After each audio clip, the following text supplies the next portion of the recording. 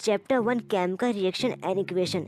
इस वीडियो में हम जानेंगे कि केमिकल रिएक्शन कितने टाइप के होते हैं और साथ में हम इसको बैलेंस भी कैसे कर सकते हैं। केमिकल रिएक्शन 5 टाइप के होते हैं। पहला कॉम्बिनेशन रिएक्शन, दूसरा डिकम्पोजिशन रिएक्शन, तीसरा डिस्प्लेसमेंट रिएक्शन, चौथा डबल डिस्प्लेसमेंट रिएक्शन और पांचवा ऑक्सीडेशन रिडक्शन रिएक्शन। ये जानने से पहले कि ये होते क्या है हमें कुछ बेसिक चीज़ें पता होना चाहिए, जैसे कि जब हम कॉपर और ऑक्सीजन को रिएक्ट करवाते हैं तो हमें कॉपर ऑक्साइड मिलता है। कॉपर को हम C लिखते हैं, ऑक्सीजन को O2 लिखते हैं और कॉपर ऑक्साइड को CO2 लिखते हैं। जो आप लेफ्ट साइड देख रहे हैं C+O2, इन्हें हम रिएक्टेंट कहते हैं और जो हमें मिलता है उसे हम प्रोडक्ट कहते हैं। जो लेफ्ट साइड होता है वो रिएक्टेंट होता है और जो राइट साइड होता है वो प्रोडक्ट होता है। हमें पता कैसे चलेगा कि केमिकल रिएक्शन हुआ है कि नहीं हुआ है?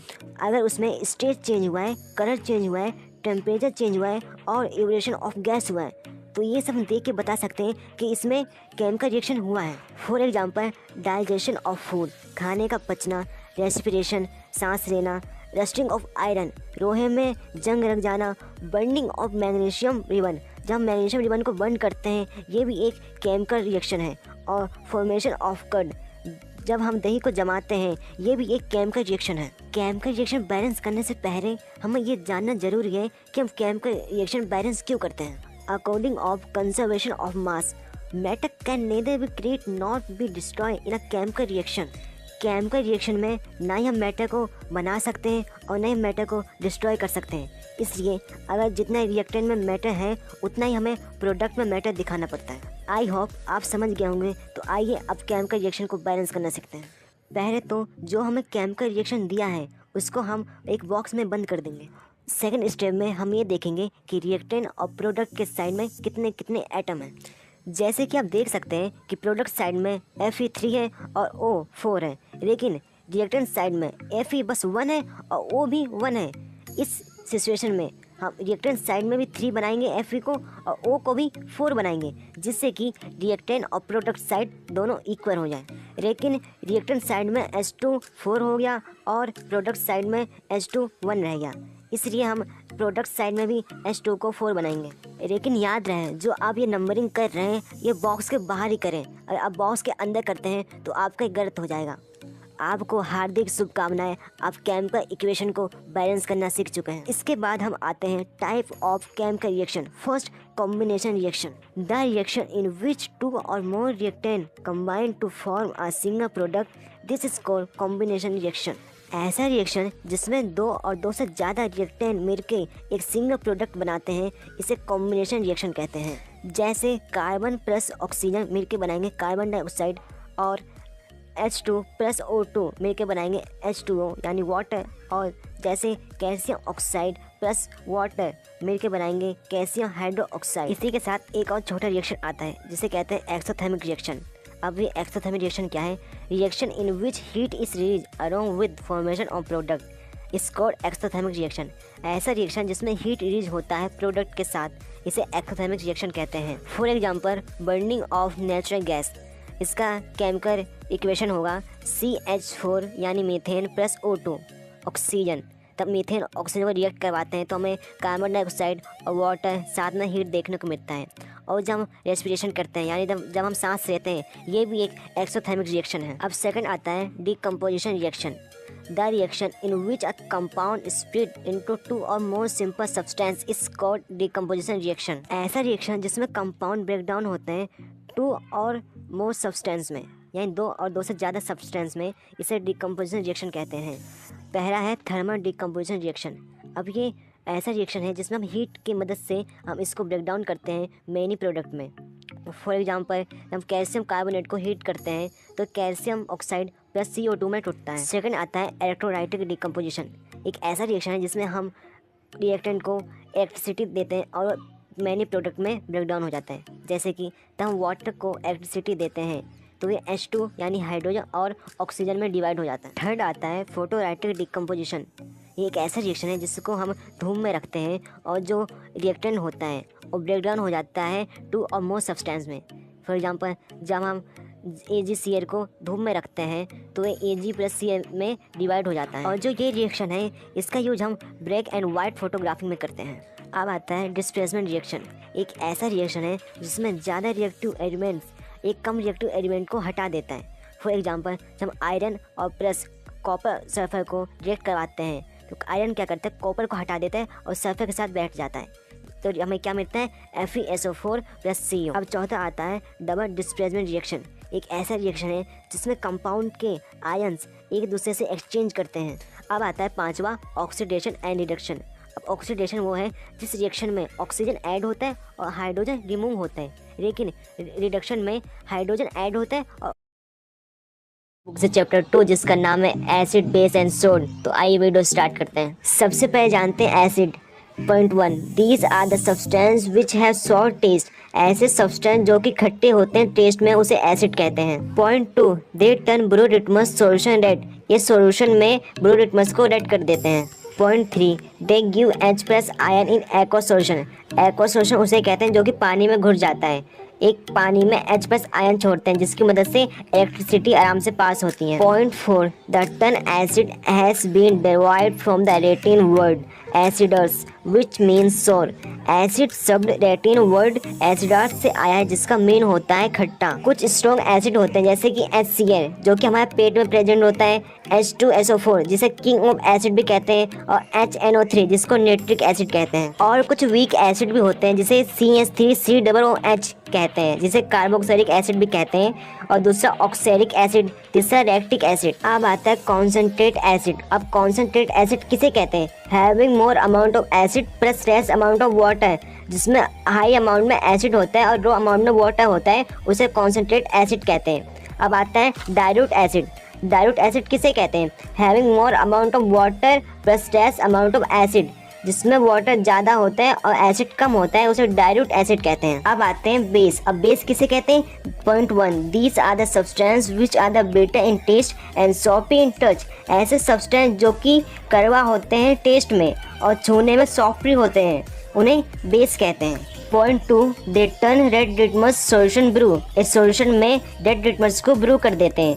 Point 3, they give OH- ion aqua solution. Aqua solution में OH- आयन छोड़ते हैं। कुछ स्ट्रॉन्ग बेस भी होते हैं जैसे कि NaOH जिसको सोडियम हाइड्रोक्साइड कहते हैं, और KOH जिसको पोटेशियम हाइड्रोक्साइड कहते हैं, और CaOH जिसको कैल्शियम हाइड्रोक्साइड कहते हैं। साथ में वीक बेस भी आते हैं जिसको NH4OH कहते हैं, जिसे अमोनियम हाइड्रोक्साइड भी कहते हैं। इसके बाद आता है एल्कलाइज।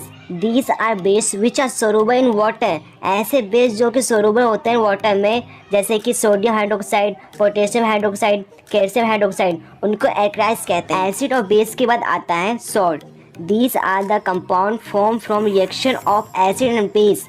ऐसे कंपाउंड जो कि फॉर्म होते हैं एसिड और बेस के रिएक्शन से, उसको सॉल्ट कहते हैं। फॉर एग्जांपल NaCl जिसको सोडियम क्लोराइड कहते हैं, KCl जिसे पोटेशियम क्लोराइड कहते हैं। इन सब के बाद आता है इंडिकेटर। अब इंडिकेटर किसे कहते हैं, these are the substance which change their colour smell in different types of substance.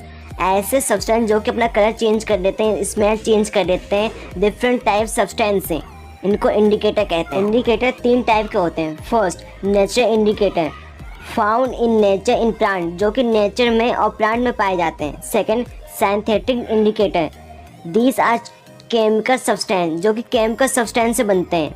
Third, olfactory indicator, these substance have different odours in acid and base. ऐसे सब्सटेंस जिनके डिफरेंट स्मेल होते हैं acid और base में, जिसे ऑल्फैक्टिक indicator कहते हैं। इसके बाद आता है chemical property of acid and base. Acid और बेस का chemical property, reaction of matter with acid. तो एसिड को रिएक्ट करवाएंगे मैटर के साथ तो हमें सॉल्ट प्लस हाइड्रोजन गैस देखने को मिलेगा। फॉर एग्जांपल, तब HCl को रिएक्ट करवाएंगे जिंक के साथ तो zinc chloride plus H2 gas देखने को मिलेगा। और इसी मैटर को हम बेस के साथ रिएक्ट करवाते हैं, जैसे कि बेस प्लस मैटर, तो हमें सॉल्ट देखने को मिलेगा, साथ में हाइड्रोजन गैस भी देखने को मिलेगा।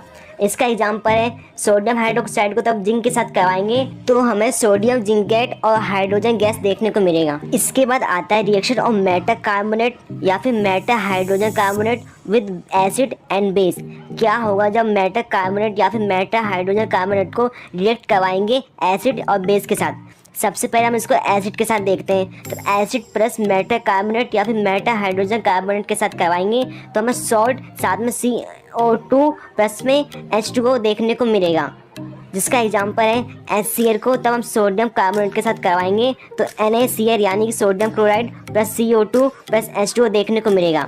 और सेकंड है तब HCl को सोडियम बाइकार्बोनेट के साथ करवाएंगे तो sodium chloride plus CO2 plus H2O देखने को मिलेगा। अगर हम इसको बेस के साथ रिएक्ट करवाते हैं तो हमें इसमें नो रिएक्शन देखने को मिलेगा। अब आता है reaction of acid and base with each other. क्या होगा अगर एसिड और बेस को एक साथ रिएक्ट करवा दे तो तब एसिड प्लस बेस को रिएक्ट करवाएंगे तो हमें सॉल्ट प्लस H2O देखने को मिलेगा। न्यूट्रलाइजेशन रिएक्शन किसे कहते हैं? Reaction of acid with base to give salt and water is called as neutralisation reaction.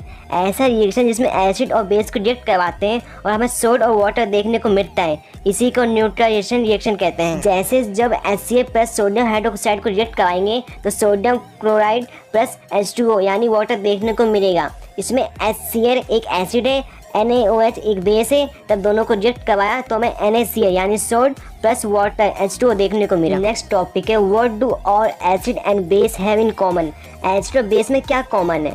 First point, all acid have H plus ion in common. सभी एसिड में H plus ion common होता है। Second point, acid produce H plus ion in solution which are responsible for their acid property. Acid produce करता है H plus ion solution में जो कि responsible होते हैं एसिड के प्रॉपर्टी में, यानी एसिड के प्रॉपर्टी ये शो करते हैं। थर्ड आता है और बेसिस है OH माइनस आयन जिसको हाइड्रोक्साइड आयन भी कहते हैं, ये कॉमन होते हैं सभी बेस में। नेक्स्ट टॉपिक आता है एसिड और base in water solution. Water solution में एसिड और बेस का क्या होगा?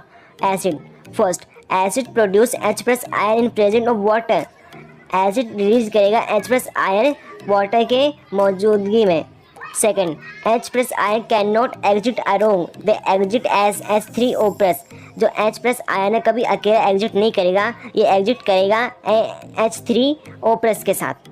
फॉर एग्जाम्पल जब HCl को रिएक्ट करवाएंगे वाटर के साथ तो हमें H3O प्लस साथ में प्लस Cl माइनस देखने को मिलेगा। तब हम बेस को रिएक्ट करवाएंगे वाटर के साथ तो हमें क्या देखने को मिलेगा? Base when dissolve in water give OH minus ion. ये हमें OH माइनस आयन देगा वाटर में।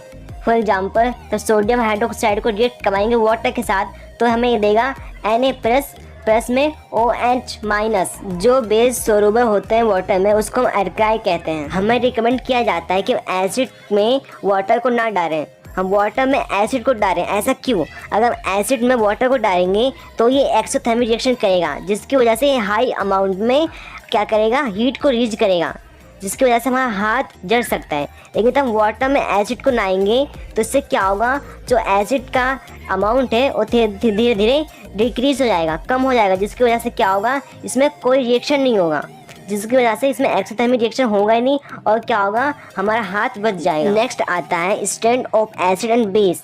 हम एसिड और बेस की स्ट्रेंथ को कैसे मेजर करते हैं? हम मेजर करते हैं pH स्केल की मदद से।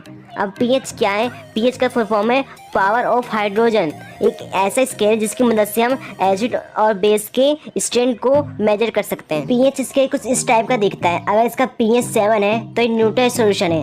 अगर इसका pH 7 से कम है तो एक एसिडिक सॉल्यूशन है। अगर इसका pH 7 से ज़्यादा है तो एक बेसिक सॉल्यूशन है। इसका जितना pH 1-2 के पास होगा वह उतना ही एसिडिक सॉल्यूशन होगा और जिसका pH अगर 13-14 के पास होगा वह उतना ही स्ट्रॉन्ग बेसिक सॉल्यूशन होगा। नेक्स्ट टॉपिक है importance of pH in everyday life. First है plant and animal are pH sensitivity. Plant और एनिमल का pH सेंसिटिविटी होता है। Second, pH of the soil, मिट्टी का भी pH होता है।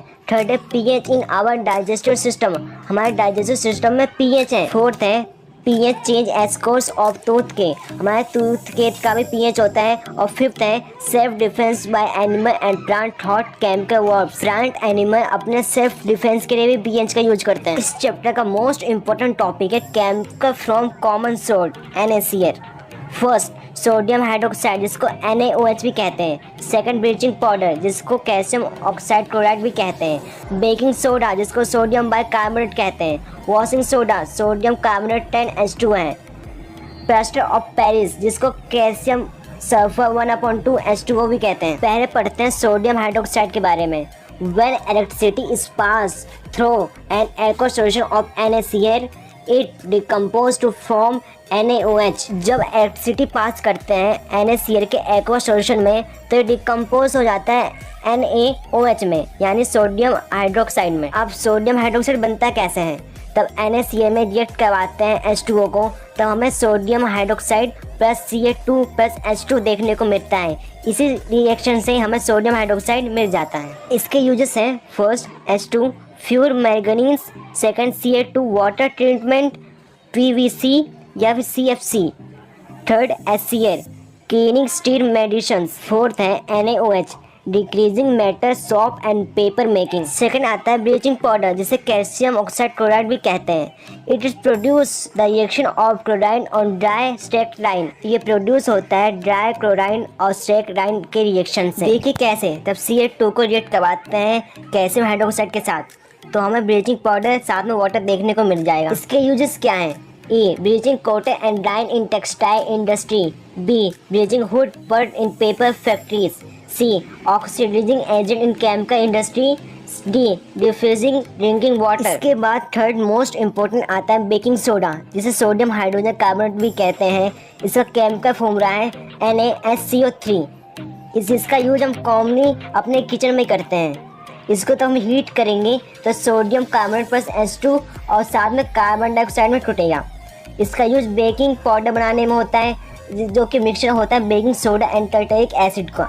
तब बेकिंग पाउडर को हीट करते हैं, ये मिक्स हो जाता है वाटर के साथ और CO2 को प्रोड्यूस करता है, जिसकी वजह से ये जो केक होता है या फिर जो खाना होता है स्पंजी या फिर क्या होता है सॉफ्ट बन जाता है। और फोर्थ आता है वॉशिंग सोडा, जिसका केमिकल नेम है सोडियम कार्बोनेट 0.10 H2O, जिसको बनाने के लिए सोडियम कार्बोनेट को रिएक्ट करवाना होता है 10 H2O के साथ। उसके बाद बन जाएगा सोडियम कार्बोनेट 10 H2O। इसका यूज होता है in glass soap and paper industry, b manufacture of borax, c cleaning agent of domestic purpose, d for removing permanent hardness of water. Fifth आता है प्लास्टर ऑफ पेरिस, जिसे calcium sulphate hemihydrate भी कहते हैं, जिसका chemical formula होता है calcium sulphur 1/2 H2O। तब हम जैप्सन को हीट करते हैं, तब ये क्या करता है वाटर मॉलिक्यूल्स को रोज कर देते हैं और बन जाता है प्लास्टर ऑफ पेरिस। ये व्हाइट पाउडर होता है। अब इसमें फिर से वाटर को ऐड करेंगे तो क्या होगा, फिर से चेंज हो जाएगा जैप्सन में। इसका फॉर्मूला है जब कैल्शियम सल्फर 1/2 H2O को रिएक्ट करवाएंगे 1/2 H2O के साथ तो कैल्शियम सल्फर 2 H2O मिल जाएगा। इसका यूज डॉक्टर करते हैं टूटी हड्डियों को सपोर्ट देने के लिए, और इसका यूज होता है खिलौने बनाने में और साथ में सरफेस को स्मूथ बनाने में भी इसका यूज होता है। लास्ट आता है वाटर ऑफ क्रिस्टलाइजेशन। ये एक फिक्स नंबर होता है वाटर मॉलिक्यूल्स का, जो कि प्रेजेंट होता है एक ही फॉर्मूले में। For example copper sulphur 0.5 H2O। इसमें 5 फिक्स। चैप्टर 3, जिसका नाम है मैटर एंड नॉन मैटर। जैसे हमें चैप्टर के नाम से पता चल रहा है कि इस चैप्टर में हम मैटर और नॉन मैटर के बारे में पढ़ेंगे, तो आइए पहले जानते हैं मैटर किसे कहते हैं। आपके बुक में इसकी 7 प्रॉपर्टी दी गई है, तो आइए जानते हैं। फर्स्ट प्रॉपर्टी आती है मैटेरिक टेक्सचर। ये क्या है? Matter in their pure state have a shining surface. This property is called metallic texture. जो मैटर प्योर स्टेट में पाए जाते हैं और उनका सरफेस शाइन करता है, इसी प्रॉपर्टी को मैटेरिक टेक्सचर कहते हैं। सेकंड आता है मैटर जनरली हार्ड। मैटर क्या होते हैं? हार्ड होते हैं। थर्ड प्रॉपर्टी आता है malleability. Some metal can be beaten into thin sheet. This property is called malleability. कुछ मैटर को हम पीट कर पतली शीट में कन्वर्ट कर देते हैं, इसी प्रॉपर्टी को मैलेबिलिटी कहते हैं। सिल्वर और गोल्ड मोस्ट मैलेबल मैटर है। फोर्थ आता है ductility. The ability of metal to be draw into thick wire is called ductility. Metal को क्या करते हैं? कन्वर्ट कर देते हैं थिक वायर में, इसी प्रॉपर्टी को डक्टिलिटी कहते हैं। Gold is the most ductile matter, क्योंकि आप 1 ग्राम सोने से 2 किलोमीटर लंबा एक वायर बना सकते हैं। पांचवा है metal are good conductor of heat and have high melting point. Metal क्या होता है? गुड कंडक्टर ऑफ हीट होते हैं और साथ में इनका मेल्टिंग पॉइंट भी हाई होता है। छठवां आता है metals are good conductor of electricity. जो मैटर होते हैं गुड कंडक्टर होते हैं इलेक्ट्रिसिटी के। सातवां है sonorous. The matter that produce a sound on striking a hard surface are said to sonorous। Matter की वो प्रॉपर्टी जिसमें मैटर को मारने पे वो टन का आवाज प्रोड्यूस करता है, इसी प्रॉपर्टी को सोनोरस कहते हैं। तब आपकी स्कूल की घंटी बजती है तो आपको कुछ इस टाइप का आवाज सुनाई देता है, मैटर की इसी प्रॉपर्टी को सोनोरस कहते हैं। इसके बाद आता है नॉन मैटर। आइए अब नॉन मैटर के बारे में जानते हैं। फर्स्ट एग्जिट इन और 3 स्टेट लिक्विड, गैस, सॉलिड।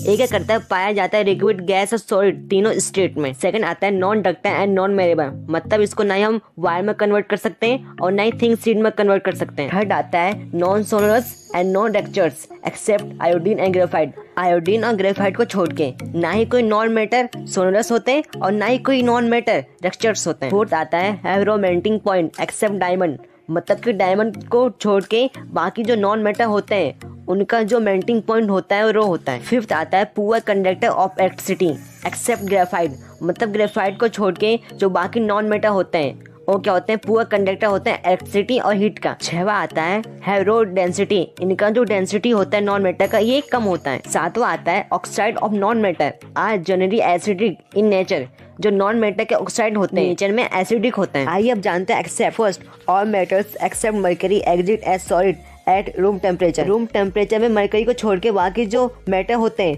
और सॉलिड में एग्जिट करते हैं। सेकंड आता है iodine is non matter but it is texture, iodine non matter है बट ये साइन करता है। थर्ड आता है carbon is non matter that can exist in different form, each form is called allotropes. Diamond anisotopes of carbon is the hardest natural substance known and has a very high melting and bonding point.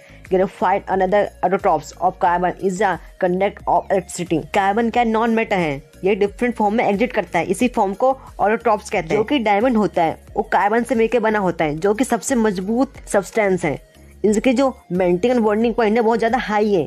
और जो graphite है वो भी क्या करता है, carbon से मिलकर बना है, जो कि गुड कंडक्टर ऑफ इलेक्ट्रिसिटी है। फोर्थ आता है sodium potassium lithium are so soft that they can be cut with a knife, they have low density and low melting point. Sodium potassium lithium इनकी जो डेंसिटी है और melting point है बहुत कम है, जिसकी वजह से बहुत ज्यादा सॉफ्ट है, जिसकी वजह से इसको हम चक्कू से भी काट सकते हैं। बोर्ड एग्जाम में क्वेश्चन आया था कि ऐसा कौन सा मैटर है जिसको हम चक्कू से काट सकते हैं, तो इसलिए आपको इसका नाम याद रखना है। नेक्स्ट टॉपिक आता है what happen when metal are burn in air. जब भी आपको बर्न इन एयर देखने को मिले तो आप समझ जाना कि ऑक्सीजन की बात हो रही है। तो मैटर प्लस ऑक्सीजन मिलके बनेंगे मैटर ऑक्साइड, जैसे कॉपर प्लस ऑक्सीजन मिलके बनेगा कॉपर ऑक्साइड और एल्यूमिनियम प्लस ऑक्सीजन मिलके बनेगा एल्यूमिनियम ऑक्साइड। अब हम जानते हैं एम्फोटेरिक ऑक्साइड किसे कहते हैं। These are metal oxide which react with both acid and base. ऐसे मैटर ऑक्साइड जो कि एसिड बेस दोनों के साथ रिएक्ट करते हैं, ऐसे ऑक्साइड को एम्फोटेरिक ऑक्साइड कहते हैं, जैसे zinc oxide, aluminium oxide. Exam में क्वेश्चन पूछा गया था कि सोडियम पोटेशियम को केरोसिन ऑयल में क्यों रखते हैं। इसका आंसर ये होगा कि सोडियम पोटेशियम क्या होते हैं, मोर रिएक्टिव मैटर होते हैं, जो कि रिएक्ट करते हैं बहुत जल्दी ऑक्सीजन के साथ और फायर कैच कर लेते हैं। इसी वजह से हम सोडियम पोटेशियम को केरोसिन ऑयल में रखते हैं। इसके बाद हमारा नेक्स्ट टॉपिक आता है what happen when matter react with water. Reaction with water, matter react with water differently, not all matter react with water. जो मैटर होता है वाटर के साथ डिफरेंट तरीके से रिएक्ट करता है, लेकिन जो सभी मैटर होते हैं वाटर के साथ रिएक्ट नहीं करते हैं। कोल्ड वाटर के साथ सोडियम पोटेशियम कैल्शियम रिएक्ट करते हैं और हॉट वाटर के साथ मैग्नीशियम रिएक्ट करता है और स्टीम वाटर के साथ एल्यूमिनियम और आयरन रिएक्ट करता है। आपको ये याद रखना है कि कौन सा मैटर किस वाटर के साथ रिएक्ट करता है। जैसे कि आप देख सकते हैं पोटेशियम प्लस वाटर मिलकर बनेगा potassium hydroxide plus hydrogen gas, और मैग्नीशियम प्लस वाटर मिलकर बनेगा मैग्नीशियम हाइड्रोक्साइड प्लस H2। उसके बाद एल्यूमिनियम प्लस वाटर मिलकर बनेगा एल्यूमिनियम ऑक्साइड और H2। के बाद आता है reaction with dilute acid. Most metals react with dilute HCl and dilute H2SO4 to form salt and hydrogen gas. Most metal react करते हैं dilute HCl and dilute H2SO4 के साथ, उसके बाद फॉर्म करते हैं salt and hydrogen gas. Metal plus dilute acid देंगे salt plus hydrogen gas.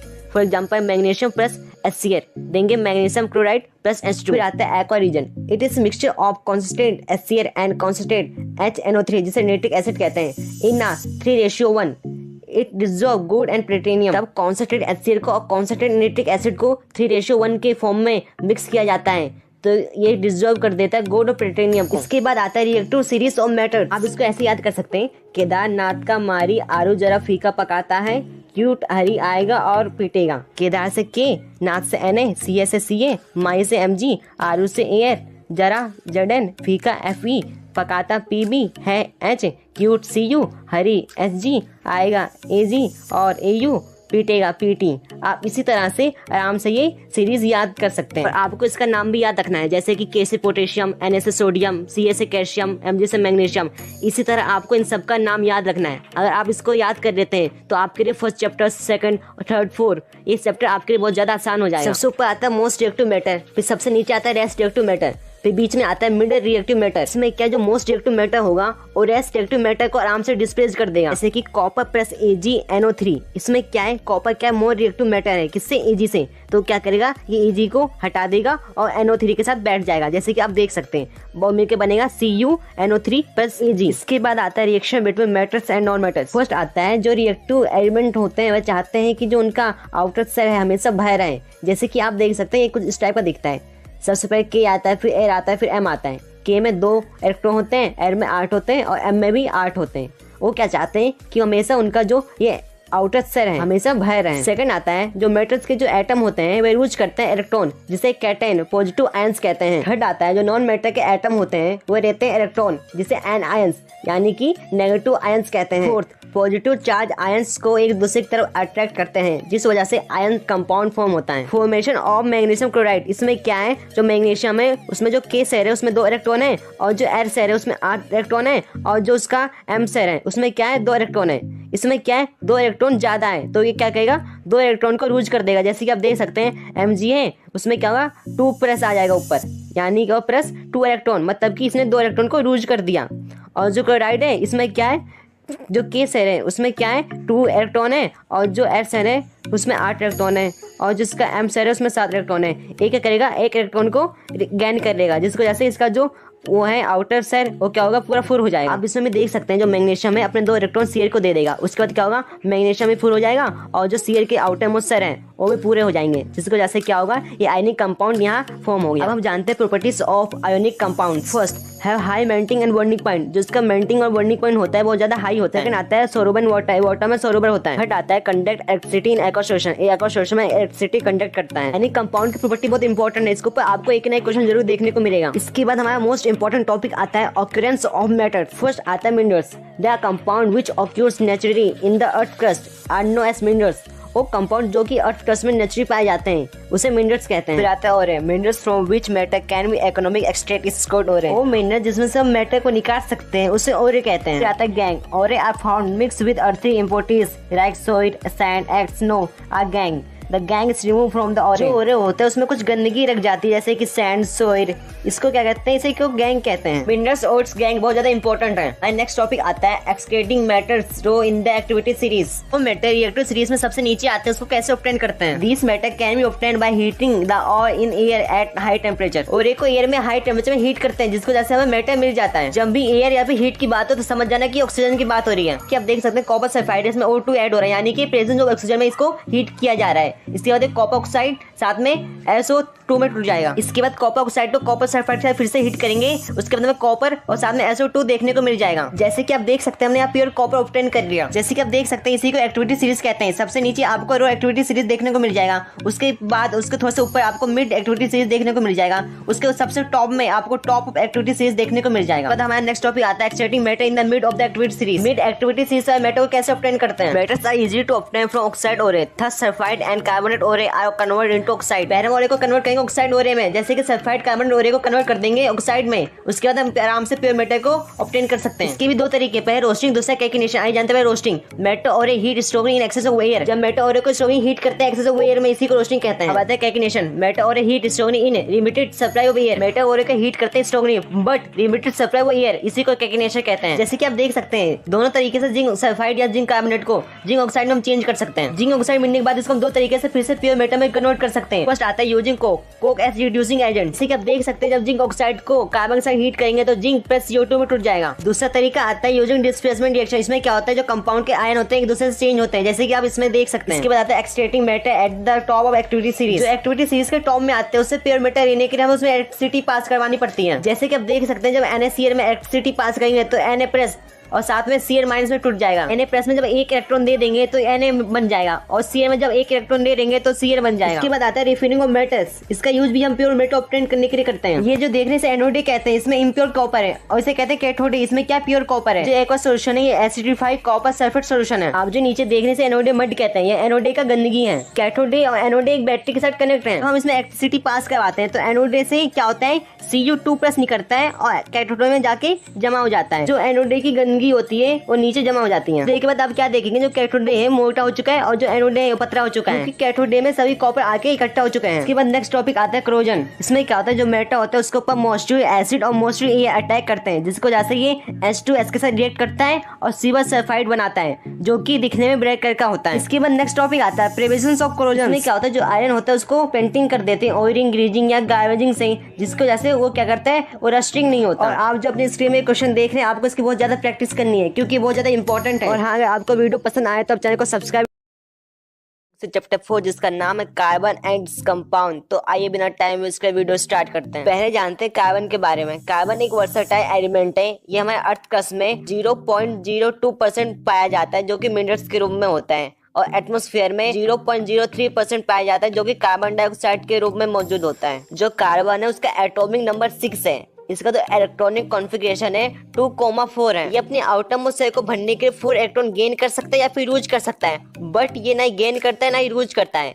Gain इसलिए नहीं करता क्योंकि इसके न्यूक्लियस के लिए 4 एक्स्ट्रा इलेक्ट्रॉन होल्ड करना बहुत ज्यादा डिफिकल्ट है, और साथ में इस प्रोसेस में हाई एनर्जी इन्वॉल्व होता है। और रोज इसलिए नहीं करता क्योंकि इस प्रोसेस में भी इसे हाई अमाउंट में एनर्जी चाहिए। इस सिचुएशन में कार्बन क्या करता है कि अपने 4 इलेक्ट्रॉन दूसरे एटम के साथ शेयर करता है, और हाँ, दूसरे एटम भी अपने इलेक्ट्रॉन एक दूसरे के साथ शेयर करते हैं। जैसे कि आप देख सकते हैं, ये हाइड्रोजन एटम्स हैं, इनके पास एक इलेक्ट्रॉन है। अब क्या करेंगे, ये एक दूसरे के साथ अपना एक एक इलेक्ट्रॉन शेयर करेंगे। जब भी कोई एटम एक इलेक्ट्रॉन शेयर करेगा तो इसको सिंगल बॉन्ड कहेंगे। अब आप इसको देखिए, ऑक्सीजन के 2 एटम है, ये क्या करेंगे, एक दूसरे के साथ 2 इलेक्ट्रॉन शेयर करेंगे, जिस वजह से डबल बॉन्ड बन गया। इसके बाद अब इसको देखिए, ये नाइट्रोजन के एटम है, ये क्या करेंगे, 3 इलेक्ट्रॉन एक दूसरे के साथ शेयर करेंगे, जिसकी वजह से यहाँ ट्रिपल बॉन्ड बन गया। अब जानते हैं कोवेलेंट बॉन्ड किसे कहते हैं। जब 2 एटम अपना इलेक्ट्रॉन एक दूसरे के साथ शेयर करते हैं और बॉन्ड बनता है, इसी बॉन्ड को कोवेलेंट बॉन्ड कहते हैं। अब जानते हैं कैटनेशन किसे कहते हैं। जब कार्बन दूसरे कार्बन के साथ लिंक होकर एक लॉन्ग चेन बनाता है, इसी को कैटनेशन कहते हैं। टेट्रावैलेंसी उसे कहते हैं जिसमें कार्बन दूसरे एटम जैसे कि ऑक्सीजन, नाइट्रोजन, हाइड्रोजन के साथ बॉन्ड बनाता है, इसी को टेट्रावैलेंसी कहते हैं। अब जानते हैं saturated and unsaturated carbon compounds के बारे में। सैचुरेटेड कार्बन कंपाउंड उसे कहते हैं जिसमें सिंगल बॉन्ड बनता है। अब पता कैसे करेंगे कि ये कंपाउंड सैचुरेटेड है कि नहीं है। अगर वो अल्केन है, यानी कि इसका फॉर्मूला CnH2n+2 है, उसे सैचुरेटेड कार्बन कंपाउंड्स कहते हैं। और अनसैचुरेटेड कार्बन कंपाउंड उसे कहते हैं जिसमें डबल या ट्रिपल बॉन्ड बनता है। अगर डबल बॉन्ड बनेगा तो उसे एल्कीन कहेंगे, जिसका फॉर्मूला CnH2n होगा। अगर ट्रिपल बॉन्ड बनेगा उसे अल्केन कहेंगे, जिसका फॉर्मूला CnH2n-2 है। अब सीखते हैं सैचुरेटेड कार्बन कंपाउंड्स के इलेक्ट्रॉन डॉट स्ट्रक्चर बनाना, जो कि इथेन है, जिसका फॉर्मूला C2H6 है। इसमें हमें कार्बन 2 देखने को मिल रहा है, तो हम 2 कार्बन बनाएंगे और सब में 4 इलेक्ट्रॉन दे देंगे। और हाइड्रोजन 6 देखने को मिल रहा है, हाइड्रोजन 6 बनाएंगे और सब में एक इलेक्ट्रॉन दे देंगे। अब दोनों कार्बन अपना एक इलेक्ट्रॉन एक दूसरे के साथ शेयर करेंगे और बाकी के बचे 3 इलेक्ट्रॉन 3 हाइड्रोजन के साथ शेयर करेंगे। आइए अब सीखते हैं नेम, फॉर्मूला और साथ में स्ट्रक्चर बनाना। जैसे कि आप देख सकते हैं, मीथ, ईथ, क्रॉप, बूट, पेंट। आपको इसको सीरियल वाइज याद करना है। अगर आप इसके लास्ट में ANE लगा देते हैं तो क्या होगा, ये सैचुरेटेड कार्बन कंपाउंड बन जाएगा, जो कि सिंगल बॉन्ड है।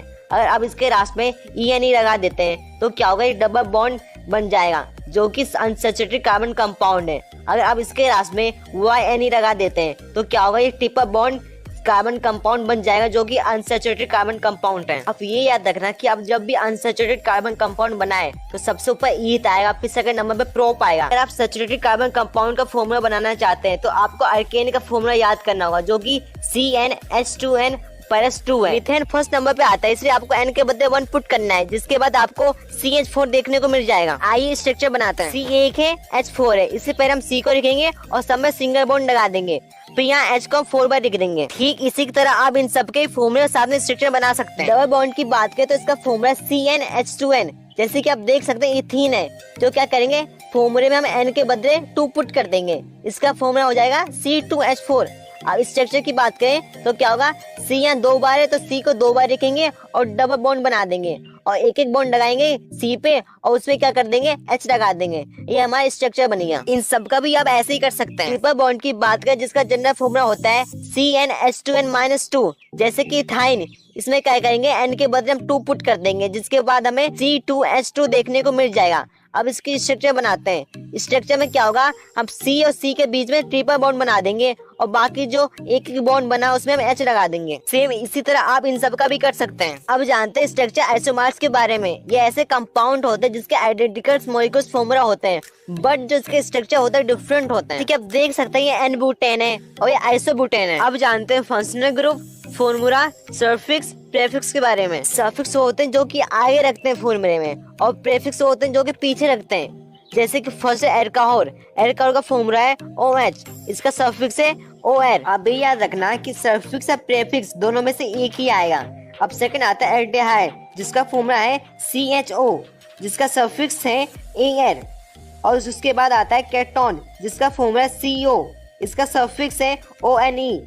फिर आता है कार्बोक्सिलिक एसिड, इसका फॉर्मूला है COOH, इसका सफिक्स है ओइक एसिड। फिर आता है क्लोरोब्रोमो, जिसका फॉर्मूला है CrBr, ये है प्रीफिक्स जिसे कहते हैं क्लोरो और ब्रोमो, ये आगे रखते हैं जैसे कि क्लोरोप्रोपेन, ब्रोमोप्रोपेन। अब जानते हैं होमोलोगस सीरीज, ये ऐसे कंपाउंड होते हैं जो कि सेम फंक्शन ग्रुप के होते हैं और सब्स्टिट्यूट करते हैं हाइड्रोजन को कार्बन चेन में, और इनका सक्सेस मेंबर्स डिफरेंस होता है CH2 यूनिट या फिर 14 यूनिट्स ऑफ मास। इसका जो केमिकल प्रॉपर्टी होता है इम्पोर्ट होता है फंक्शन ग्रुप के, और जो सभी मेंबर्स होते हैं सिमिलर केमिकल प्रॉपर्टी के होते हैं, बट जो इसका मेंबर होते हैं डिफरेंट फिजिकल प्रॉपर्टी के होते हैं। और हाँ, अगर हम इसका मॉलिक्यूल्स मास इंक्रीज करेंगे तो इसके साथ मेल्टिंग पॉइंट और बॉन्डिंग पॉइंट भी इसका इंक्रीज हो जाएगा। अब टॉपिक आता है chemical properties of carbon compound. First आता है कंबक्शन। ये ऐसे कार्बन के कंपाउंड होते हैं जो कि एयर में बर्न करते हैं और प्रोड्यूस करते हैं कार्बन डाइऑक्साइड और वाटर, और साथ में रिलीज करते हैं हीट और राइट एनर्जी। सेकंड आता है कि अगर सैचुरेटेड हाइड्रोकार्बन को बर्न करते हैं एयर में तो ये ब्लू फ्लेम से जलेगा, अगर इसमें गुड सप्लाई ऑफ एयर हो तो, और अगर इसमें लिमिट सप्लाई ऑफ एयर हो तो ये येलो फ्लेम से जलेगा। सेकंड आता है ऑक्सीडेशन। इसमें क्या होता है, अल्कोहल को कन्वर्ट कर देते हैं कार्बोक्सिलिक एसिड में बाय यूजिंग ऑक्सीडाइजिंग, जैसे कि अल्काइन पोटेशियम परमैंगनेट और एसिडिफाई पोटेशियम डिक्रोमेट। इसका केमिकल रिएक्शन आप देख सकते हैं, CH3CH2OH यानी कि अल्कोहल प्लस O यानी कि देख सकते हैं एसिडिफाइड K2Cr2O7, उसके नीचे आएगा अल्काइन KMnO4 प्लस हीट, उसके बाद बन जाएगा कार्बोक्सिलिक एसिड, इसका फॉर्मूला है CH3COOH प्लस H2O। अब थर्ड आता है एडिशन रिएक्शन। इसमें क्या होता है कि जब हाइड्रोजन को ऐड करते हैं अनसैचुरेटेड हाइड्रोकार्बन में, इसमें रिएक्ट करता है डबल या ट्रिपल बॉन्ड के साथ, प्रेजेंस ऑफ निकल प्लेटिनियम या फिर प्लेटिनियम एस्केट्रेस। इसी प्रोसेस को हाइड्रोजनेशन कहते हैं। इसी प्रोसेस से वेजिटेबल ऑयल को कन्वर्ट कर देते हैं वेजिटेबल घी में, जैसे कि आप देख सकते हैं कि यह अनसैचुरेटेड हाइड्रोकार्बन है, फिर को कन्वर्ट कर देंगे सैचुरेटेड हाइड्रोकार्बन में। सैचुरेटेड फैटी एसिड हमारे लिए हार्मफुल होता है, बट जो अनसैचुरेटेड फैटी एसिड होता है और यूजफुल होता है, इसको हम यूज करते हैं कुकिंग में। फोर्थ आता है सब्स्टिट्यूशन रिएक्शन। सैचुरेटेड हाइड्रोकार्बन में जो हाइड्रोजन अटैच होते हैं कार्बन के साथ और रिप्लेस कर देते हैं दूसरे एटम को, अगर वो ग्रुप में है तो प्रेजेंस ऑफ लाइट और हीट की मदद से उसे रिप्लेस कर देंगे। आप इसका रिएक्शन देख सकते हैं कि CH4 है प्लस CH2 है, फिर लाइट की मदद से Cr3Cr प्लस HCl बन जाएगा। इसके बाद आता है important carbon compounds ethanol and ethanoic acid. पहले जानते हैं इथेनॉल के बारे में। इसकी जो मेल्टिंग पॉइंट होता है 156 K होता है और बर्निंग पॉइंट होता है 351 K होता है, और साथ में सोलबल वॉटर होता है और बर्निंग इन टेस्ट। इसके यूजेस हैं in preparations of transparent soaps, cosmetics, in alcohols, bywords, as a laboratory reagents, in medicines and tonic। Ethanol का केमिकल नेम है C3H5OH या फिर 3H3CH2OH या फिर 3H3CH2OH। आप कंफ्यूज मत होना, सब इथेनॉल के केमिकल नेम है। अब हम केमिकल रिएक्शन देखते हैं। तब इथेनॉल का रिएक्ट करवाएंगे सोडियम के साथ तो हमको सोडियम इथोक्साइड साथ में हाइड्रोजन देखने को मिल जाएगा। सेकंड केमिकल रिएक्शन आता है कि अगर हम इथेनॉल का हीट करेंगे कॉन्सेंट्रेट सल्फ्यूरिक एसिड के साथ तो हमको इथीन देखने को मिल जाएगा। यहाँ डबल बॉन्ड बन रहा है। ये दोनों केमिकल रिएक्शन बहुत ज्यादा इंपॉर्टेंट है। इसके बाद आते हैं इथेनोइक एसिड जिसका केमिकल फॉर्मूला है CH3COOH। इसको एसिटिक एसिड भी कहते हैं या फिर कार्बोक्सिलिक एसिड भी कहते हैं। इसका फ्रीजिंग पॉइंट 390 K है और बर्निंग पॉइंट 391 K है, और साथ में मिसक्रिबिंग वाटर है और साथ में सॉल्ट टेस्ट यानी खट्टा है टेस्ट में। और एसिटिक एसिड को गैसीय एसिटिक एसिड भी कहते हैं क्योंकि सर्दियों में जम जाता है। अगर हम 5 से 8% एसिटिक एसिड को वाटर में मिक्स करते हैं तो ये विनेगर बन जाएगा। अब हम इसका रिएक्शन देखते हैं, जैसे कि CH3COOH प्लस CH3CH2OH है, मतलब कि इथेनोइक एसिड प्लस इथेनॉल। अगर हम दोनों का रिएक्शन करवाते हैं तो हमको ईस्टर देखने को मिल जाएगा। सेकंड केमिकल रिएक्शन आता है कि अगर इथेनोइक एसिड को रिएक्ट करवाएंगे सोडियम कार्बोनेट के साथ तो हमको सोडियम इथेनॉल साथ में कार्बन डाइऑक्साइड प्लस वाटर देखने को मिलेगा। थर्ड रिएक्शन आता है कि अगर इथेनोइक एसिड को रिएक्ट करवाएंगे सोडियम बाइकार्बोनेट के साथ, मतलब कि बेकिंग सोडा के साथ, तो हमको सोडियम इथेनॉल साथ में कार्बन डाइऑक्साइड प्लस वाटर देखने को मिलेगा। अब एस्टरिफिकेशन किसे कहते हैं? तब भी कार्बोक्सिलिक एसिड को रिएक्ट करवाएंगे अल्कोहल के साथ, presence of few drop of concentrated sulphuric acid, तब क्या होगा? स्वीट स्मेलिंग कंपाउंड फॉर्म होगा, इसी को ईस्टर कहते हैं। अब हमारा नेक्स्ट टॉपिक आता है सॉप्स एंड डिटर्जेंट्स। जानते हैं सॉप के बारे में। सॉप सोडियम पोटेशियम का नमक है जो कि कार्बोक्सिलिक एसिड के साथ लॉन्ग चेन फॉर्म करता है। इसका केमिकल फॉर्मूला है C15H31COOH या फिर C17H35COOH। सॉफ्ट रिफ्लेक्टिव होता है सॉफ्ट वाटर के साथ, ये केवल हार्ड वाटर के साथ इनइफेक्टिव होता है। डिटर्जेंट अमोनिया व सल्फ्यूरिक नमक का है जो कि हाइड्रोकार्बन के साथ लॉन्ग चेन फॉर्म करता है। ये इफेक्टिव होता है सॉफ्ट वाटर हार्ड वाटर दोनों के साथ। एक आयनिक पार्ट होता है जिसको हाइड्रोफिलिक कहते हैं और हाइड्रोकार्बन का लॉन्ग चेन होता है जिसको हाइड्रोफोबिक कहते हैं। ये क्या करते हैं? सॉल्ट मॉलिक्यूल्स को फॉर्म करते हैं। हाइड्रोफिलिक वाटर की तरफ अट्रैक्ट होता है जिसकी वजह से इसे वाटर लवर कहते हैं, और हाइड्रोफोबिक क्या होता है? वाटर से दूर भागता है। अब जानते हैं क्लीनिंग एक्शन ऑफ सॉप। जो डर्टी पार्टिकल्स होते हैं नेचर में ऑयली होते हैं, हाइड्रोफिलिक अटैच हो जाते हैं डर्टी पार्टिकल के साथ और अपने आप को अरेंज कर लेते हैं मॉलिक्यूल्स में। इसी फॉर्मेशन को मिसर्स कहते हैं, जैसे कि आप इस पिक्चर में देख सकते हैं। हार्ड वाटर में क्या होता है? मैग्नीशियम कैल्शियम होते हैं, ये रिएक्ट करते हैं सोप के साथ और इनसॉल्युबल प्रोडक्ट फॉर्म करते हैं जिसको स्कम कहते हैं। इसी प्रॉब्लम को सॉल्व करने के लिए हम डिटर्जेंट्स का यूज करते हैं जो कि क्या करता है? कपड़े में से डर्टी। चैप्टर 6 जिसका नाम है राय प्रोसेस। इस वीडियो में हम चैप्टर पढ़ते हुए साथ में कुछ इम्पोर्टेंट क्वेश्चन भी करेंगे जो कि बहुत ज़्यादा ज़रूरी हैं, जिसके बहुत ज़्यादा चांस बनते हैं एग्जाम में आने के। और इस चैप्टर के हर टॉपिक से कैसे कैसे क्वेश्चन बनते हैं या कैसे क्वेश्चन बन सकते हैं ये भी डिस्कस करेंगे। तो विदाउट स्किप करें वीडियो पूरा देखिए। तो आइए बिना टाइम वेस्ट करे वीडियो स्टार्ट करते हैं। फर्स्ट टॉपिक है what are life process. Life process क्या है? और the process like respiration, digestion which together keep the living organisms alive and perform the job of body maintain are called life process. वह सभी process जैसे कि respiration सांस लेना, digestion खाने का पचना, ये सभी मिलकर किसी ऑर्गेनिजम्स को जिंदा रखने में मदद करती हैं और साथ में बॉडी को भी मेंटेन करती हैं। इसी प्रोसेस को राय प्रोसेस कहते हैं। राय प्रोसेस को 4 पार्ट में डिवाइड किया गया है जिसके बारे में हम इस चैप्टर में पढ़ेंगे। फर्स्ट है डाइजेशन खाने का पचना, सेकंड है रेस्पिरेशन सांस लेना, और थर्ड है सर्कुलेशन जब ब्लड पूरी बॉडी में ट्रेवल करता है या फिर मूवमेंट करता है, इसी प्रोसेस को सर्कुलेशन कहते हैं। और फोर्थ है एक्सक्रीशन, तब बॉडी से वेस्ट मटेरियल रिमूव होता है, इसी प्रोसेस को एक्सक्रीशन कहते हैं। इस चैप्टर में हम इसी 4 प्रोसेस के बारे में पढ़ेंगे, लेकिन उससे पहले हमें कुछ बेसिक चीज़ें पता होना चाहिए। तो पहले हम जानते हैं न्यूट्रिशन। ये वे प्रोसेस होता है जिसमें ऑर्गेनिजम्स अपना फूड ऑब्टेन करते हैं, और प्लांट्स और एनिमल्स में ये न्यूट्रिशन अलग अलग होते हैं। पहले जानते हैं nutrition in plant. First plant autotrophs. Plant autotrophs होते हैं। अब ऑटोट्रॉप्स का मतलब क्या है? ऑटोट्रॉप्स का मतलब वो होता है जो कि अपना खाना खुद बनाते हैं यूजिंग सनलाइट, कार्बन डाइऑक्साइड और वाटर का यूज करके। और second can make their own food, ये अपना खाना खुद बनाते हैं ना कि दूसरे पे डिपेंड होते हैं। उसके बाद आता है nutrition in animal. First animal are heterotrophs. Animal क्या होते हैं? हेटरोट्रॉप्स होते हैं जो कि अपना खाना खुद नहीं बना सकते।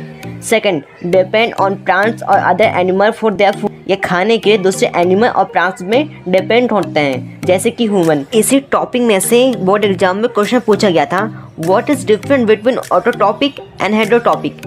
ऑटोट्रॉपिक और हेटरोट्रॉपिक में अंतर क्या है? ये 3 मार्क्स का क्वेश्चन था। पहले जानते हैं autotrophic.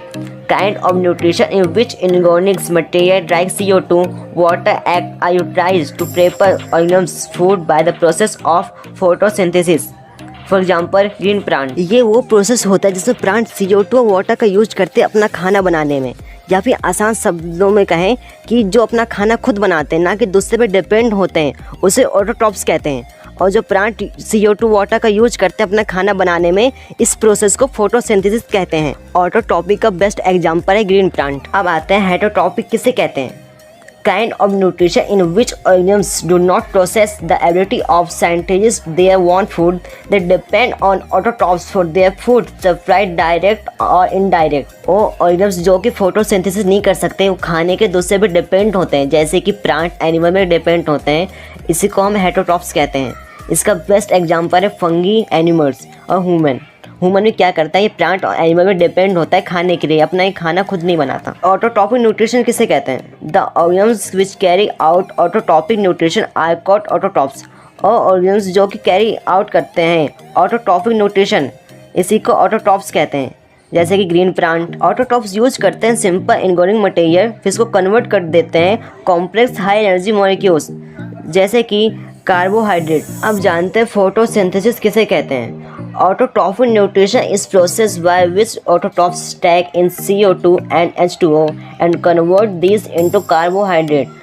In this presence of chlorophyll, sunlight is called photosynthesis। ये ऑटोट्रॉपिक न्यूट्रिशन का वो प्रोसेस है जिसमें ऑटोट्रॉप्स रहते हैं CO2 और H2O, फिर इसको कन्वर्ट कर देते हैं कार्बोहाइड्रेट में, और ये क्या करते हैं, ये कन्वर्ट करते हैं क्लोरोफिल के मौजूदगी में। इसी प्रोसेस को फोटोसिंथेसिस कहते हैं। इसका इक्वेशन है CO2 प्लस H2O मतलब carbon dioxide plus water, presence of sunlight और क्लोरोफिल, फिर से कन्वर्ट कर देंगे C6H12O6 मतलब glucose plus O2 oxygen plus H2O water. इसका इक्वेशन ऑफ फोटोसिंथेसिस क्या है, ये बहुत ज़्यादा इम्पोर्टेंट है। इसको 2023 में पूछा गया था बोर्ड के एग्जाम में, तो आप इसको थोड़ा सा ध्यान से पढ़िए और समझिए। Raw material of photosynthesis first sunlight, second chlorophyll. ये क्या होता है? सनलाइट एब्जॉर्ब बाय क्लोरोफिल, जो प्लांट में सनलाइट एब्जॉर्ब होता है इसी की मदद से होता है। फिर आता है CO2 enter through stomata and oxygen is release as by product through stomata only. ये क्या करता है, ये स्टोमाटा में इंटर होता है CO2, फिर उसके बाद ये रिलीज करता है O2। जैसे ह्यूमन कार्बन डाइऑक्साइड लेता है, ऑक्सीजन रिलीज करता है, सेम इसी तरह प्लांट ऑक्सीजन छोड़ता है और कार्बन डाइऑक्साइड को इनहेल करता है, लेता है।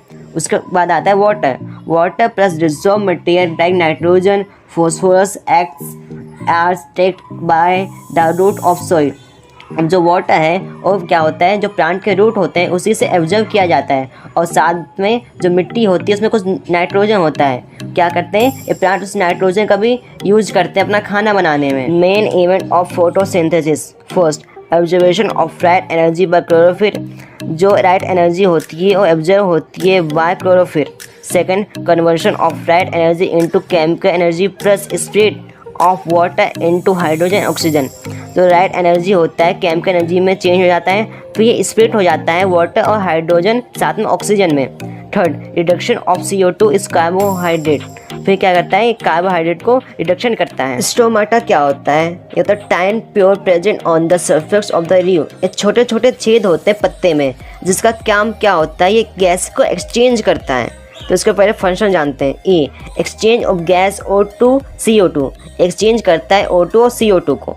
B lose large amount of water vapour during transmission, transmission करते वक्त क्या करता है, यूज करता है वाटर, मतलब वाटर को यूज करता है वाटर वेपर में, यानी कि भाप बन के वाटर उड़ जाता है स्टोमाटा से। आप सोच रहे होंगे कि स्टोमाटा को हम कैसे देख सकते हैं। आप अपनी आंखों से स्टोमाटा को नहीं देख सकते क्योंकि ये बहुत ज़्यादा छोटे होते हैं, इसलिए आपको माइक्रोस्कोप चाहिए। अगर आप माइक्रोस्कोप में पत्ते को देखते हैं तो उसके अंदर आपको ऐसे कुछ देखने को मिलेगा। जो ये दोनों साइड हैं इसे क्या कहते हैं, इसे कहते हैं गार्ड सेल, और जो छोटे छोटे हैं इसे कहते हैं क्लोरोप्लास्ट, और जिसके बीच में है इसे कहते हैं स्टोमाटोफोर। तब ये ओपन होता है तो कुछ इस टाइप का दिखता है, तब क्लोज हो जाता है तो कुछ इस टाइप का दिखता है। इसी के अंदर गैस एक्सचेंज होता है। बोर्ड एग्जाम में क्वेश्चन पूछा गया था कि स्टोमाटोफोर को ओपन और क्लोज कौन करता है और कैसे करता है। इसका आंसर होगा कि स्टोमाटोफोर को गार्ड सेल ओपन और क्लोज करता है। और कैसे करता है, इसका आंसर ये होगा, the guard cell swell when water flow into them causing the stomatophore to open. तब गार्ड सेल में वाटर स्वेट करेगा तो ये ओपन हो जाएगा।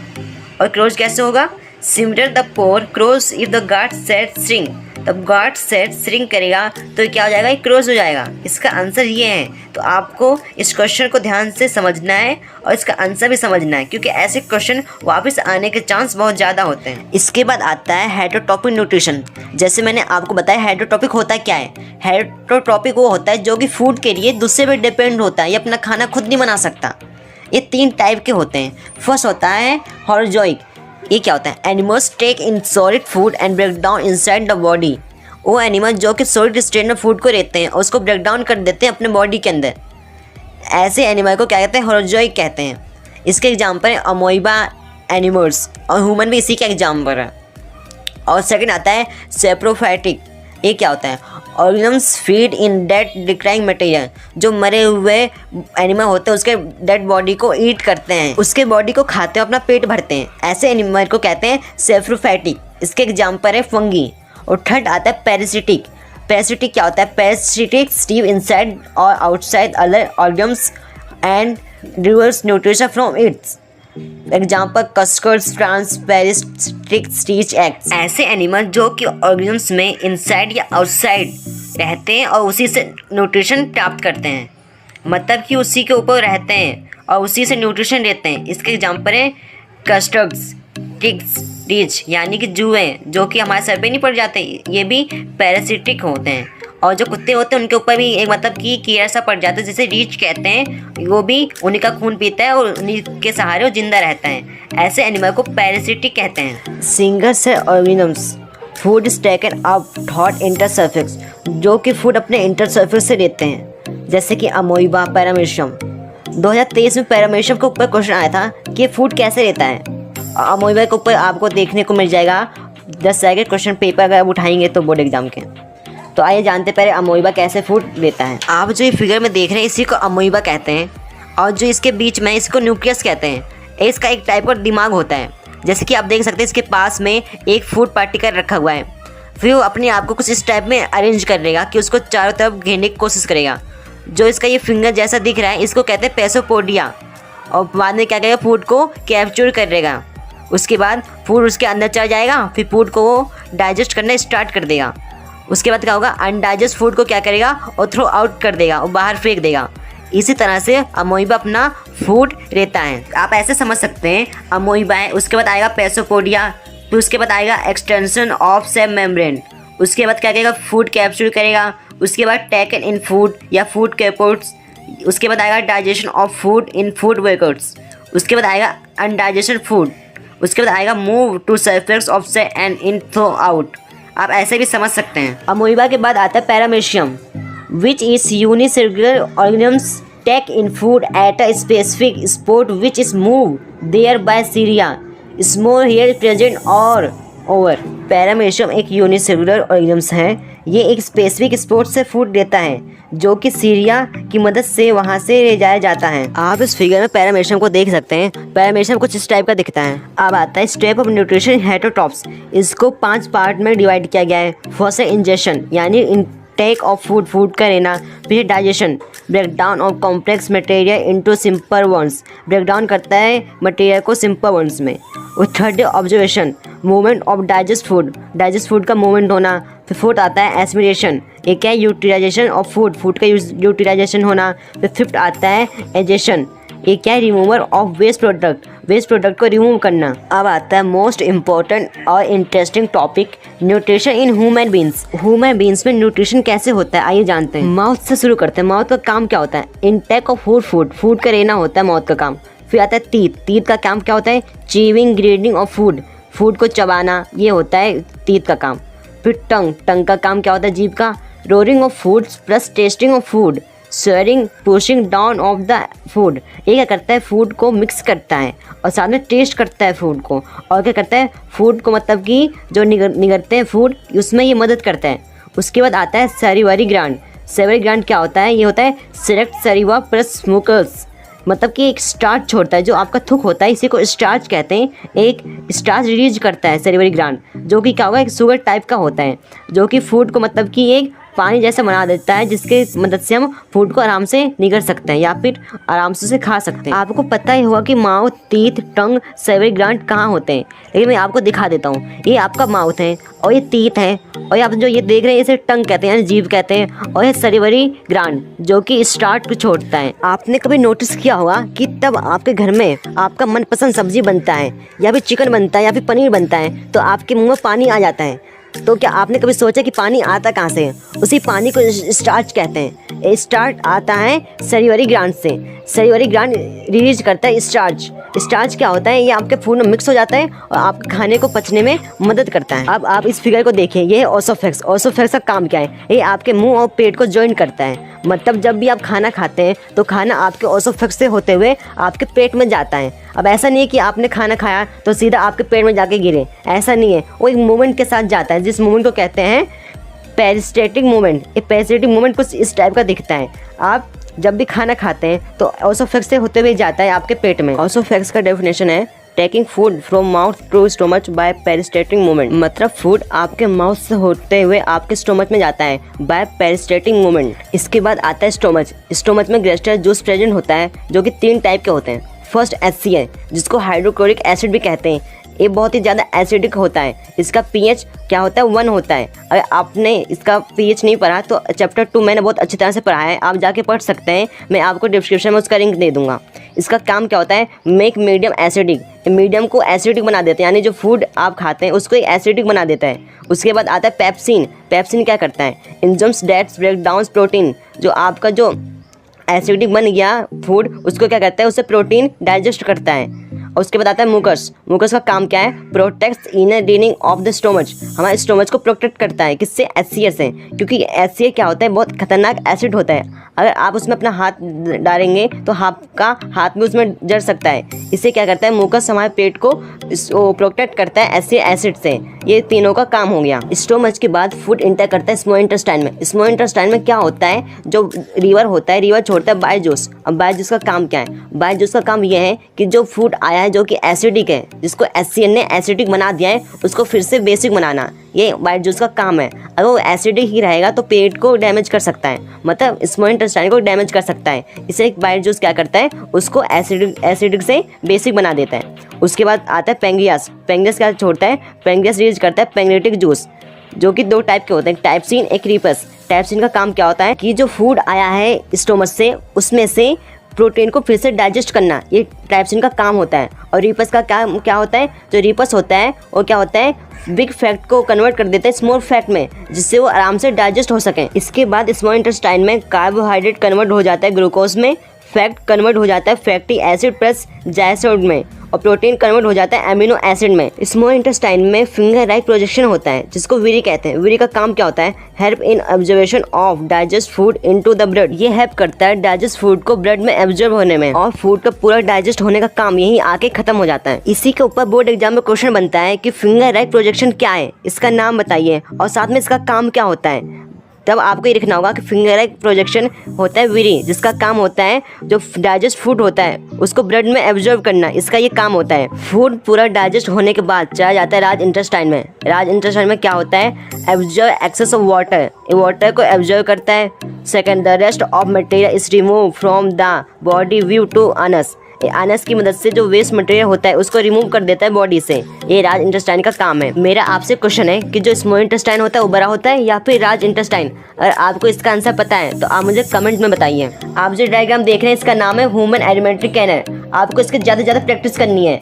आप चाहे मिड टर्म का पेपर दीजिए या फिर प्री बोर्ड का पेपर दीजिए या फिर फाइनल एग्जाम का पेपर दीजिए, आपको इसके ऊपर एक ना एक क्वेश्चन देखने को जरूर मिलेगा। तो आपको इसकी ज़्यादा से ज़्यादा प्रैक्टिस करनी है। गाइस, अगर आप अब तक वीडियो देख रहे हैं तो चैनल को सब्सक्राइब और वीडियो को लाइक कर दो यार। वीडियो बनाने में बहुत ज़्यादा मेहनत लगता है, आप मानेंगे नहीं कि 10 मिनट की वीडियो बनाने में करीबन 20 से 25 घंटे लगते हैं।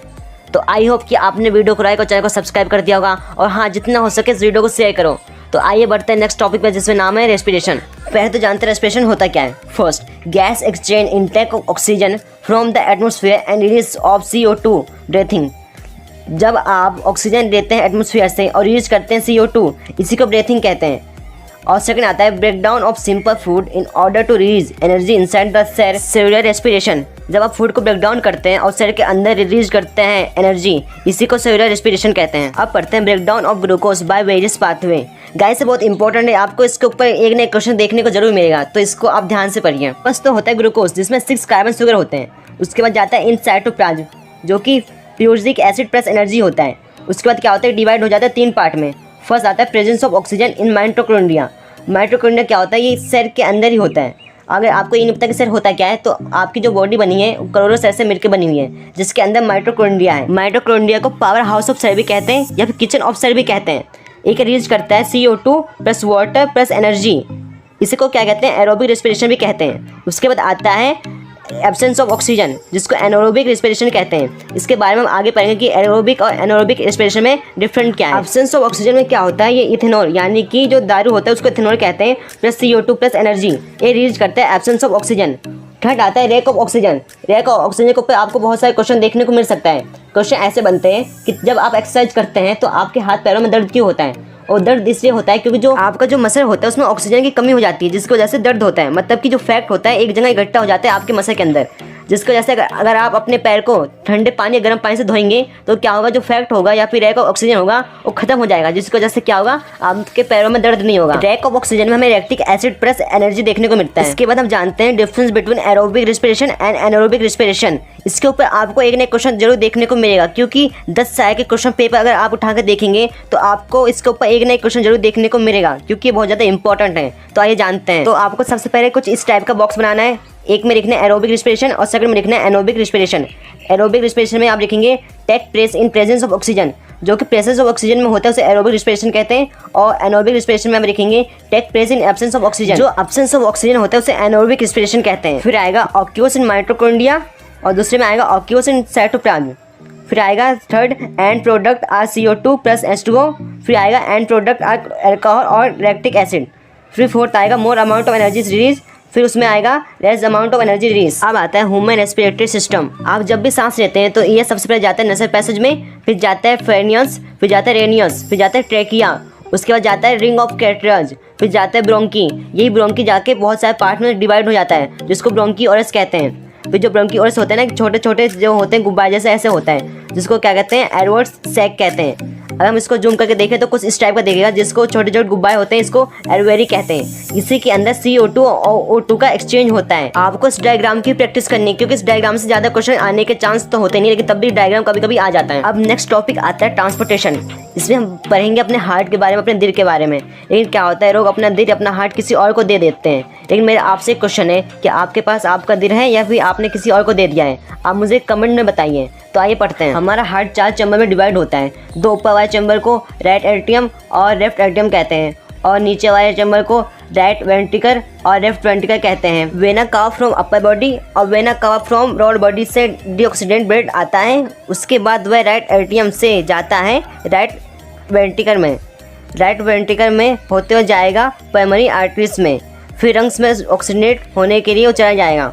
उसके बाद ब्लड ऑक्सीजनेट हो जाएगा, फिर आएगा प्राइमरी वेन्स में, उसके बाद जाएगा लेफ्ट आर्टरीज में, फिर जाएगा लेफ्ट वेंट्रिकल में, लेफ्ट वेंट्रिकल में जाएगा वॉल्ट के थ्रू जाएगा बाकी सभी बॉडी में। मतलब कि पहले डीऑक्सीडेंट ब्लड आएगा हार्ट में, फिर हार्ट से होते जाएगा लंग्स में, लंग्स में ऑक्सीडेंट होगा, फिर आएगा हार्ट में, हार्ट में फिर क्या होगा, वो हार्ट से पंप कर देगा और पूरे बॉडी में पहुंचा देगा ऑक्सीडेंट ब्लड। अगर ये पैटर्न बार बार रिपीट ना हो तो हम जिंदा नहीं रहेंगे, क्योंकि यही रिपीट होता है पैटर्न बार बार, जिसकी वजह से आज हम जिंदा हैं। अगर हमारा दिल धड़कना बंद कर देगा तो हम मर भी सकते हैं। वैसे कम चांस होता है कि हार्ट का डायग्राम बनाने को आए, लेकिन आपको इसके पार्ट्स का नाम याद होना चाहिए। हमें एक और डायग्राम समझना है जिसका नाम है blood circulation in human body. देख इसमें क्या है, पहले बॉडी ऑर्गन्स है, यहाँ से जाएगा डीऑक्सीडेंट ब्लड हार्ट में, फिर हार्ट से जाएगा प्राइमरी आर्टरीज में, फिर प्राइमरी आर्टरीज से जाएगा लंग्स में, लंग्स में क्या होगा, ये डीऑक्सीडेंट ब्लड क्या हो जाएगा, ऑक्सीजनेट हो जाएगा। उसका जाएगा ये फिर से दिल में, दिल में जाने के बाद क्या होगा, ये फिर से जाएगा आर्टरीज में, जिसको वोल्टा कहते हैं, इसमें ऑक्सीजनेट ब्लड है। फिर जाएगा बॉडी ऑर्गन्स में, बॉडी ऑर्गन्स के बाद जाएगा फिर से वही डीऑक्सीडेंट होके जाएगा हार्ट में, फिर से वही प्राइमरी में जाएगा, फिर से क्या होगा, लंग्स में जाएगा। यही पैटर्न कंटिन्यू चलता रहेगा, जिसकी वजह से हमारा क्या बॉडी है हमेशा वर्क करता है। इसी को ब्लड सर्कुलेशन कहते हैं। 2023 के फाइनल बोर्ड एग्जाम में ये क्वेश्चन आया था कि ब्लड सर्कुलेशन होता क्या है, तो आपको इसलिए इसको ध्यान से पढ़ना है। अब हमें पढ़ना है ब्लड के बारे में। ब्लड को 3 पार्ट में हमने डिवाइड किया है। पहला RBC, जिसको रेड ब्लड सेल कहते हैं। ये क्या करता है, ये CO2 और O2 को कैरी करता है और यही डिसाइड करता है कि खून का रंग ज़्यादा डार्क होगा या ज़्यादा डार्क नहीं होगा। फिर आता है ब्लड प्लेटलेट्स। ये क्या करता है, तब आपका हाथ या पैर कट जाता है तो आपका खून को रोकने का काम करता है कि आपका खून बॉडी के बाहर ना जाए। फिर आता है WBC, जिसको व्हाइट ब्लड सेल कहते हैं। इसका काम ये है कि जो खून में होते हैं जर्म्स बैक्टीरिया, ये उनको मारता है। इसके बाद नेक्स्ट टॉपिक आता है ट्रांसपोर्टेशन प्लांट। इसमें आपको जनरली बस 2 ही चीज़ पढ़ना है, पहले जायरम और फिर फेरम्स। पहले पढ़ते हैं जायरम्स। ये क्या है, carry water and minerals from the root to other parts of body. ये क्या करता है, कैरी करता है वाटर और मिनरल्स फ्रॉम रूट्स, जड़ से और सभी पार्ट में पहुंचाता है प्लांट के। और सेकंड है नो एनर्जी यूज, मतलब कोई एनर्जी ये यूज नहीं करता। इसके बाद आता है phloem. First carry product of photosynthesis from the leaf to the other parts of the plant. जो फोटोसिंथेसिस से प्रोडक्ट बनता है उसको जो प्लांट होता है उसके सभी पार्ट में पहुंचाता है। और सेकंड आता है energy is used from ATP, ये एटीपी एनर्जी यूज करता है। नेक्स्ट टॉपिक एक्सक्रीशन, मतलब जो हार्मफुल गैस होते हैं या फिर हार्मफुल मटेरियल होते हैं उसे रिमूव कैसे करती है बॉडी। तो आइए फर्स्ट पढ़ते हैं excretion in human beings. Human का एक्सेस सिस्टम कुछ इस टाइप का दिखता है। इसमें आपको 2 किडनी और साथ में 2 यूरेटर और साथ में 1 यूरिनरी ब्लैडर और 1 यूरेथर देखने को मिलेगा। किडनी का काम होता है अनप्योर ब्लड को फिल्टर करना, और जो ब्लड फिल्टर हो जाती है इसको वापस से क्या करती है बॉडी में भेज देती है। और जो यूरेटर होता है इस दोनों किडनी से कनेक्ट होता है। इसका काम क्या होता है, जो अनप्योर मटेरियल होता है किडनी का वो क्या करता है इसी की मदद से यूरिनरी ब्लैडर में कनेक्ट होता है। यानी कि ये जो किडनी और यूरिनरी ब्लैडर को एक साथ जोड़ने का काम करती है। और उसके बाद क्या होता है, तो अनप्योर मटेरियल जो होता है यूरिनरी ब्लैडर में अगर पूरा फुल हो जाता है तो ये यूरेथर की मदद से क्या होता है बॉडी के बाहर चली जाती है। यूरेथर क्या है, मसल से बना है, इसलिए आप इसे कंट्रोल कर सकते हैं। आप इसको ओपन क्लोज कर सकते हैं। आप जब चाहे जब वेस्ट मटेरियल को अपने बॉडी से रिमूव कर सकते हैं। डायग्राम इंपॉर्टेंट है, आपको इसकी प्रैक्टिस करनी है और साथ में इसके नाम भी याद रखना है क्योंकि एग्जाम में डायरेक्ट क्वेश्चन आते हैं इसके ऊपर। इसके बाद आता है function of nephron. Nephron kidney के अंदर ही होता है जो कि क्या करता है ब्लड को फिल्टर करने का काम करता है। तो आइए इसके बारे में जानते हैं। नेफ्रॉन का डायग्राम कुछ इस टाइप का होता है। आप इसमें देख सकते हैं कि आर्टरी इसमें कनेक्ट है बोमेस कैप्सूल से, और जो इसके अंदर छोटे छोटे से गोरस हैं इसको कहते हैं ग्लोमेरस। वह ब्लड बोमेस कैप्सूल में जाएगा, फिर उसके अंदर है ग्लोमेरस, वहाँ से होते हुए जाएगा ट्यूबर पार्ट ऑफ नेफ्रॉन। इसमें क्या होता है, जो इंपॉर्टेंट न्यूट्रिशन होते हैं जैसे कि ग्लूकोज, एमिनो एसिड, इसको फिर से रीअब्जॉर्ब कर दिया जाता है क्योंकि इंपॉर्टेंट पार्ट होते हैं ब्लड के। और जो अनप्योर न्यूट्रिशन होते हैं उसको कलेक्ट कर दिया जाता है कलेक्टिंग डक्ट में। इसी तरह से क्या होता है हमारा ब्लड अनप्योर से प्योर बन जाता है। ये फंक्शन कंटिन्यू होता रहता है। अगर ये फंक्शन रुक गया तो क्या होगा, अनप्योर ब्लड एक जगह इकट्ठा होना स्टार्ट हो जाएगा जिसकी वजह से हमें बहुत सारी बीमारी फेस करना पड़ जाएगा। आपके बुक में नेफ्रॉन का फिगर कुछ इस टाइप का दिया हुआ है। अगर बाय चांस आपके एग्जाम में आ गया तो क्या आप ऐसे बना पाएंगे? बिल्कुल नहीं। इसलिए आपको नेफ्रॉन का फिगर कुछ इस टाइप का बनाना है। जैसे कि आप देख सकते हैं ऐसा आसान भी है और मुश्किल भी नहीं पड़ेगा, लेकिन आपको नेफ्रॉन का हर पार्ट्स का नाम याद करना जरूरी है क्योंकि एग्जाम में इससे क्वेश्चन बनते हैं। अब हमारा आखिरी टॉपिक आता है एक्सक्रीशन इन प्लांट। प्लांट अपना एक्सक्रीशन कैसे करते हैं, अपनी बॉडी से वेस्ट मटेरियल को कैसे रिमूव करते हैं, आइए जानते हैं। First, oxygen and carbon dioxide is diffuse through stomata. Oxygen carbon dioxide का डिफ्यूज स्टोमाटा की मदद से करते हैं। Second, excess water is remove by transpiration. Excess water को ट्रांसपीरेशन की मदद से रिमूव करते हैं। आता है plant also secrete some waste substance into the soil around them. Plant अपने वेस्ट सब्सटेंस को मिट्टी में भी छोड़ देते हैं। तो इसी के साथ हमारी वीडियो खत्म होती है। तो गाइस प्लीज चैनल को सब्सक्राइब, वीडियो को लाइक कर दो यार, क्योंकि वीडियो बनाने में बहुत ज्यादा मेहनत लगता है और साथ में टाइम भी लगता है। तो आई होप आपने चैनल को सब्सक्राइब कर दिया होगा। और हाँ, आप मुझे कमेंट में ये बताइए कि आपको नेक्स्ट किस चैप्टर के ऊपर वीडियो चाहिए। तो मिलते हैं नेक्स्ट वीडियो में, तब तक